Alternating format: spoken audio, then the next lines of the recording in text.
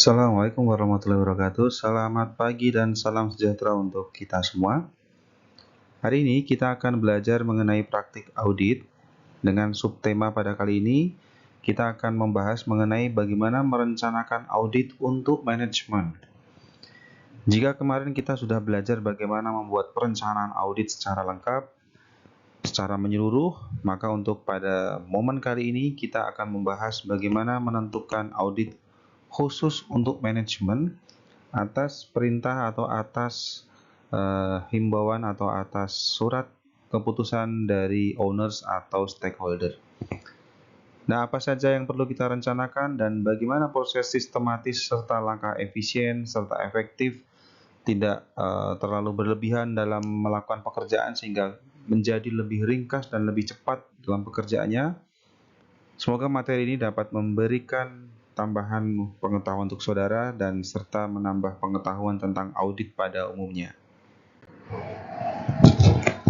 Di sini kita akan melihat ya, teman-teman, bagaimana tujuan perencanaan audit pada awalnya. Nah, kita lihat bahwa sebenarnya audit untuk manajemen ini sebenarnya mempunyai tujuan yang bagaimana menciptakan audit itu secara optimal sehingga hasil yang kita audit ini menjadi lebih efisien, efektif, serta terarah. Nah, ini tergantung bagaimana kalian semua merencanakan pada proses pra-audit. Nah, bagian mana saja yang akan kalian periksa dan kalian audit, serta berkas-berkas pendukung apa yang kalian butuhkan untuk melaksanakan proses audit tersebut. Nah, jika proses audit itu belum dilengkapi, belum dilakukan dengan baik, maka yang terjadi adalah apa? Kita tidak bisa melakukan pekerjaan audit itu secara efektif. Dan pada saat kita melakukan proses audit tersebut, kita tidak bisa memberikan kualitas dari proses audit yang telah akan kita laksanakan. Tujuan dari audit itu kan adalah bagaimana menciptakan kualitas yang lebih baik dari yang sebelumnya yang sebelumnya tidak terarah menjadi lebih terarah. Nah, tentunya seperti yang kita bahas di beberapa pertemuan yang lalu, sikap integritas dan independen audit ini dipertaruhkan di sini karena akan menentukan kualitas audit dan akan menentukan seberapa besar impact dari kalian seorang auditor ini dalam melakukan pemeriksaan di sebuah entitas tersebut. Nah, serta bagaimana kita bisa meminimalkan resiko. Nah, ibarat kita sedang akan melakukan perjalanan jauh menggunakan kendaraan bermotor, bagaimana kita akan meminimalkan resiko? Tentunya kita membutuhkan perencanaan yang matang. Ya. Jadi, ketika akan turun ke lapangan, kita harus bisa meminimalkan resiko dari kesalahan saji, kesalahan penyampaian, keteledoran dalam pengumpulan barang bukti, kurangnya informasi daripada saat kalian melakukan wawancara. Nah, semua itu tidak akan terjadi kalau kalian membuat perencanaan itu dengan sebaik dan sedetil mungkin tanpa ada kesalahan di awal kalian melakukan perencanaan pra-audit. Nah, di sini kita akan lihat bagaimana ruang lingkup dari manajemen ini akan kita audit di dalam sebuah organisasi. Nah, di sini kita akan melihat siapa di dalam organisasi tersebut yang disebut sebagai pengambil keputusan. Nah, di sini kita akan membreakdown ya, dari pengambil keputusan tersebut, apakah ada dampak langsung yang bisa membuat karyawan itu pertama tidak akan mengerjakan atau karyawan tidak mau mendengar arahan dari pimpinan. Nah, padahal kita tahu bahwa si pengambil keputusan ini adalah yang menentukan keputusan, sehingga apa? Sehingga seharusnya si karyawan dan si bawahan ini ya mendengar. Nah, kadang di beberapa tempat ada hal-hal yang tidak selaras seperti yang saya sampaikan tadi, tidak mendengar, tidak menjalankan. Nah, kita akan lihat apakah ada korelasi dari permasalahan tersebut.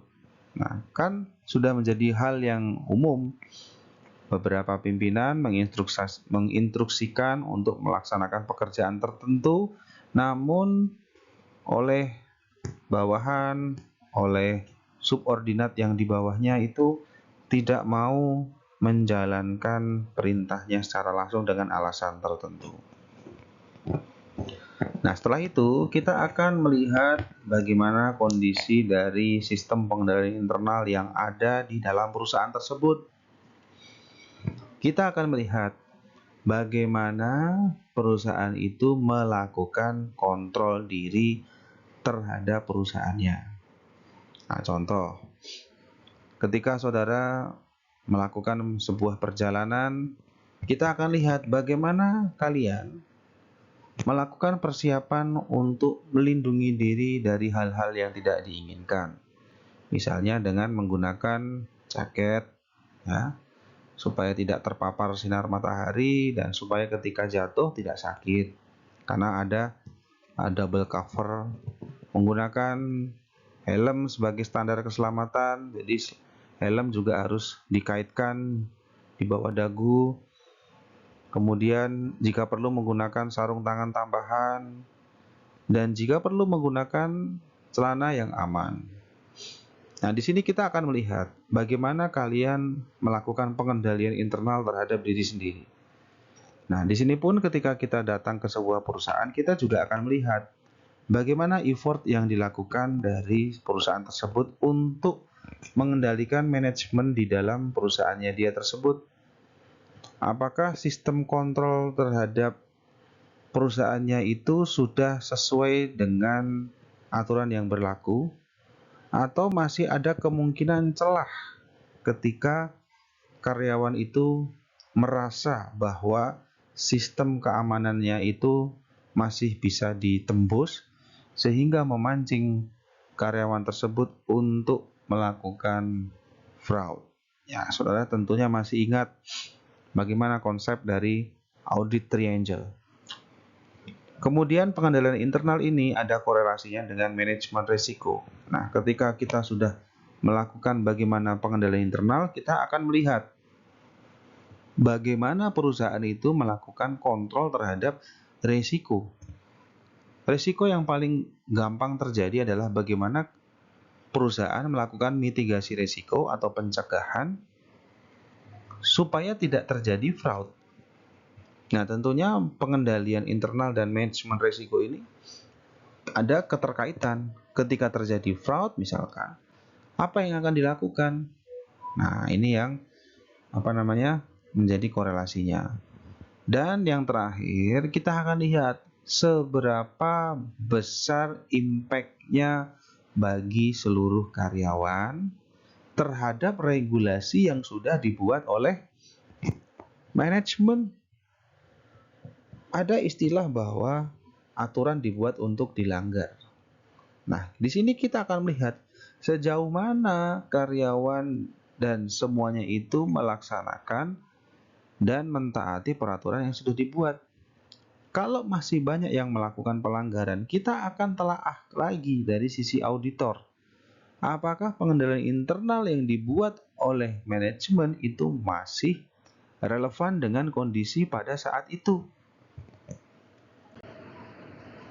Nah, untuk itulah kita sebagai auditor atau mungkin kita sebagai konsultan di bidang manajemen, kita akan membuat semacam saran dan memetakan risiko dan bagaimana melakukan pengendalian.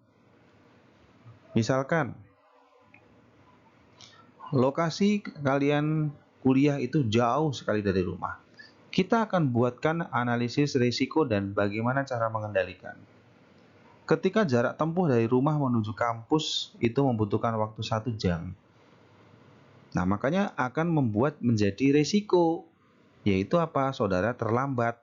Belum lagi kalau berangkatnya dalam kondisi hujan. Nah, bagaimana mengendalikannya?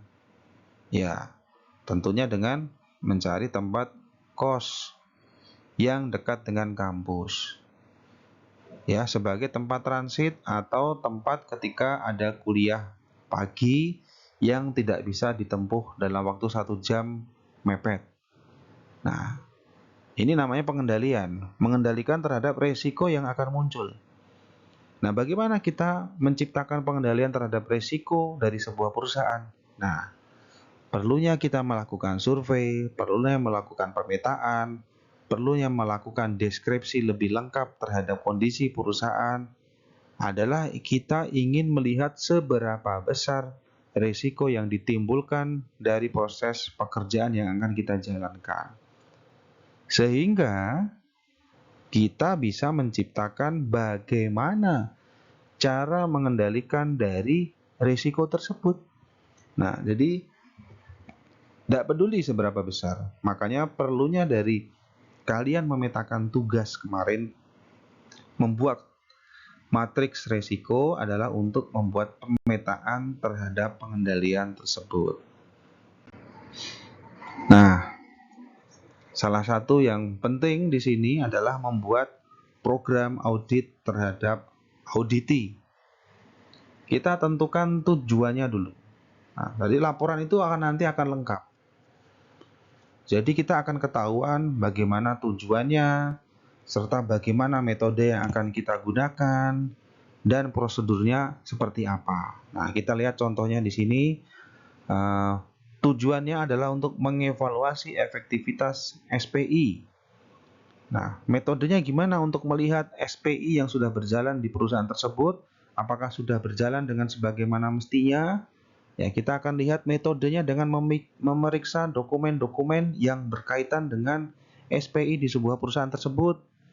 Misalkan kita akan melihat kontrol notanya, apakah sudah sesuai alur notanya, siapa yang memberikan validasi di situ, keterangannya apakah sudah sesuai, bagaimana proses barang itu keluar dari gudang hingga sampai ke tempat display, bagaimana proses pengadaan barang dari supplier itu alurnya seperti apa. Nah, kita akan cek keseluruhan dokumen tersebut sehingga nanti akan ketahuan bagaimana kita akan memberikan kesimpulan serta hasil saran kepada manajemen dari pemeriksaan yang telah kita lakukan. Nah, ini contoh-contohnya. Jadi membreakdown sebuah masalah lalu memberikan sebuah masukan. Nah, di sini untuk alokasi sumber daya itu artinya kita berkaitan dengan penganggaran. Penganggaran yang kita butuhkan, yang kita akan sampaikan dalam biaya audit, itu salah satunya adalah dengan sumber daya yang dibutuhkan untuk mengaudit perusahaan auditi. Jangan sampai jumlah auditornya itu kebanyakan sehingga akan membebani dari perusahaan dari jumlah biaya audit yang kita tentukan. Nah, makanya perlunya pemetaan itu adalah untuk menentukan berapa besar jumlah audit yang turun dan audit dengan kualifikasi keahlian tertentu apa yang kita butuhkan untuk mengaudit dari perusahaan tersebut. Nah, jadi kita kualifikasikan berapa juga jumlahnya dan berapa yang lain-lainnya sehingga apa? Ya, sehingga biaya yang keluar dari biaya audit itu tidak membengkak dan menjadi beban. Nah, kemudian yaitu sumber daya teknis itu keahlian dan sumber daya keuangan artinya kita melihat berapa jumlah pengeluaran yang kita butuhkan, kita sesuaikan dengan tarif audit yang kita bebankan kepada auditi.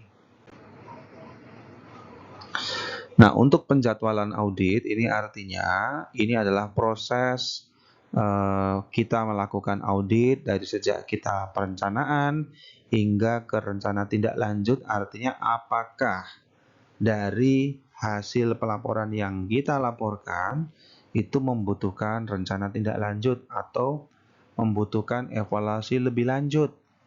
Nah, ini kan kita buatkan skemanya. Nah, harapannya dengan kita dibuatkan skema, nanti pada saat melakukan proses audit, kita bekerja sesuai dengan jadwal yang sudah kita buat. Sehingga kegiatan kita ini menjadi lebih terjadwal. Tidak serampangan mengerjakan A, lalu C, lalu O, dan sebagainya. Jadi harus urut A, B, C, D, E. Hingga ujungnya apa? Nah, inilah bentuk dari koordinasi pekerjaan yang terjadwal. Nah, kesimpulannya dari kita pembahasan untuk manajemen ini adalah intinya kita ingin menciptakan kualitas audit yang sesuai dengan kondisinya. Kita sebagai audit adalah tugasnya untuk mengcapture atau memotret kondisi dari perusahaan. Bukan sebagai seorang yang mengintimidasi, seseorang yang melakukan penekanan dan mencari-cari kesalahan, tidak. Kita hanya memotret dari kondisi yang ada. Sehingga ketika hasil yang kita sampaikan itu buruk, berarti ya itulah kondisi yang terjadi di perusahaan tersebut. Bukan berarti kita mencari kesalahan, tapi kita menyajikan kondisi yang sebenarnya dengan hasil yang independen, yang tidak memihak sebelah, tidak bisa kita mengeluarkan opini audit dengan bentuk suap atau dibayar. Nah, maka rusaklah citra dan integritas audit ketika seorang auditor menerima suap untuk memberikan hasil opini yang tidak sesuai dengan sebagaimana mestinya. Dan tentunya semua ini adalah untuk menunjang keberhasilan proses pelaksanaan audit dari awal hingga akhir, maka perlunya perencanaan, pelaksanaan, serta nanti ditutup dengan laporan hasil dan diberikan advice terhadap kondisi yang ada. Baik saudara, mungkin berikut yang dapat saya sampaikan, semoga dapat bermanfaat, dapat memberikan pemahaman lebih lanjut tentang bagaimana melakukan proses pra-audit. Dan apabila ada ingin yang disampaikan atau ditanyakan, silahkan saudara tanyakan di kolom komentar atau saudara bisa chat melalui WhatsApp group. Terima kasih, saya tutup. Wassalamualaikum warahmatullahi wabarakatuh.